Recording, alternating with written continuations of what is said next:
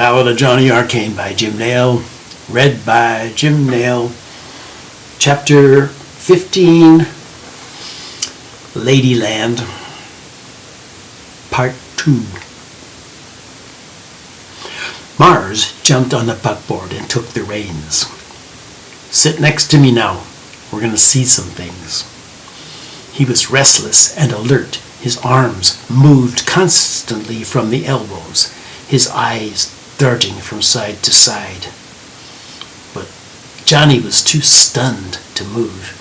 The forward jolt of the wagon threw him backwards. He climbed onto the seat and squinted into the darkness. The canyon walls were punctuated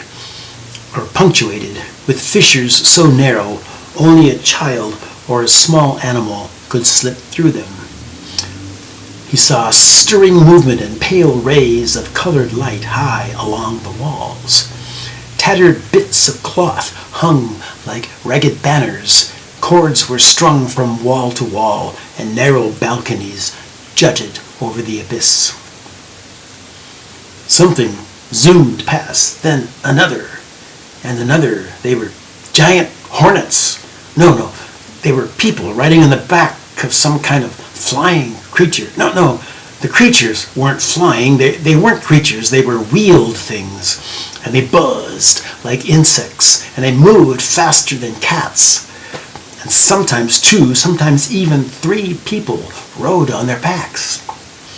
Before he could grasp this, everything changed completely. Or maybe nothing changed. Maybe he was just allowing his eyes to take in more and more of the overwhelmingly strange detail.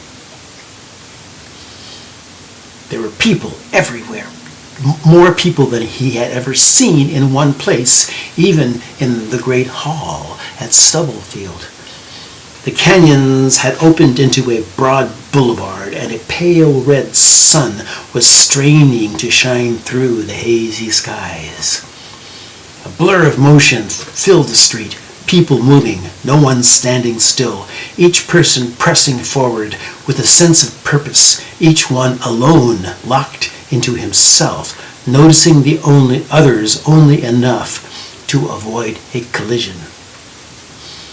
The clothing was mostly drab and colorless, tans and grays, uniforms without embellishment, but the skin pigmentation widely varied, from chicory brown to rose quartz pink, black, blue like bow wow, and white as snowdrift. Mars was talking, but his words just floated like some kind of percussive music. Johnny couldn't make sense out of any of them. "And this is where you pierce the ear of the sky, and it bleeds. And in that temple they would eat the moon if they could, and they would eat it like a grape.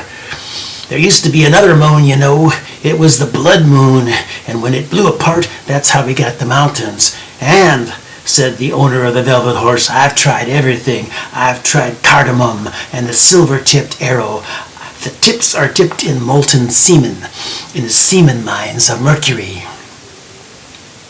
Perhaps he wasn't saying any of these things. Johnny couldn't make any sense of it. He looked up and saw things in the sky. They were like letters trying to form words, but then they became birds and flew away. One broad building was completely covered in windows, with vines climbing up it.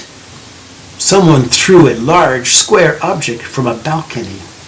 The crowds parted, and it struck the street and shattered. Immediately, people rushed forward and began clawing through the fragments.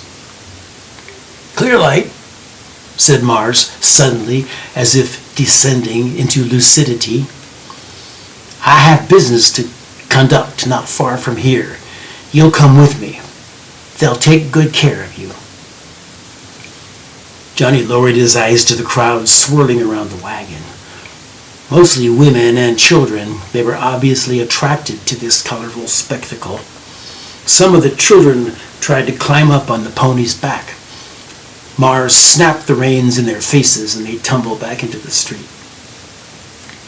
To the women, he was more cordial. One ran alongside the buckboard for a while, stroking Mars's calves with her fingers. Another managed to jump onto the platform and hang on the cover staves long enough to plant a kiss on his lips.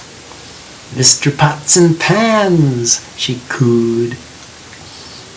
"Don't forget knives," replied Mars.